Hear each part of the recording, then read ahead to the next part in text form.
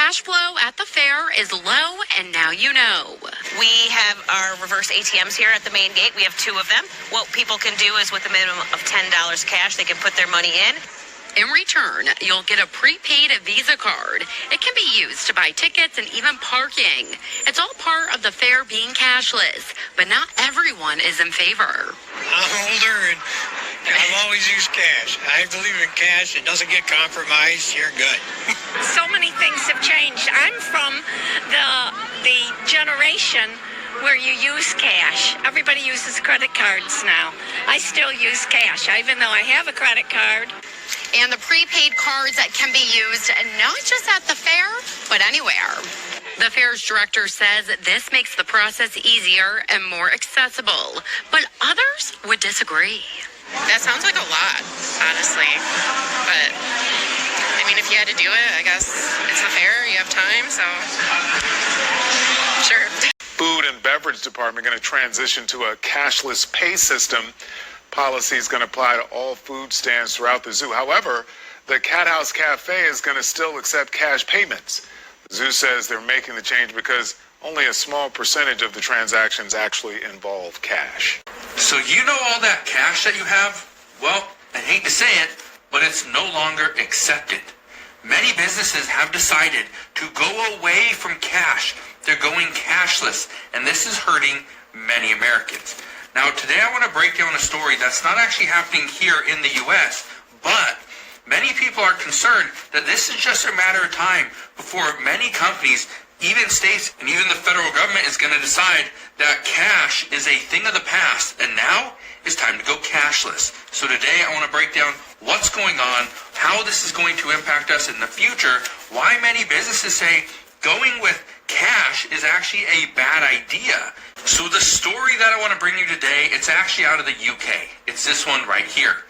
Tesco bans cash transactions across UK in huge store shakeup. Says the supermarket chain claims the move will cut customer waiting times and improve shopping experiences. Here's what I think is interesting.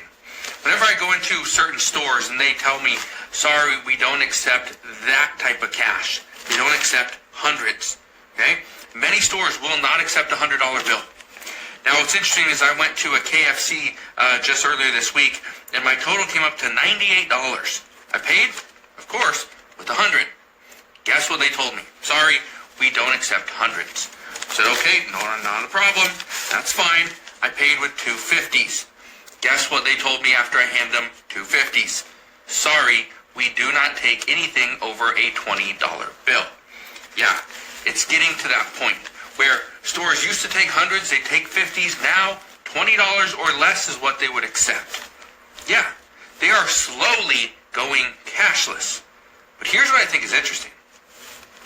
Stores don't want to accept cash, okay? They say it increases the transaction times of customers, and that if you just pay with a card, it would be much faster and it would be more smooth.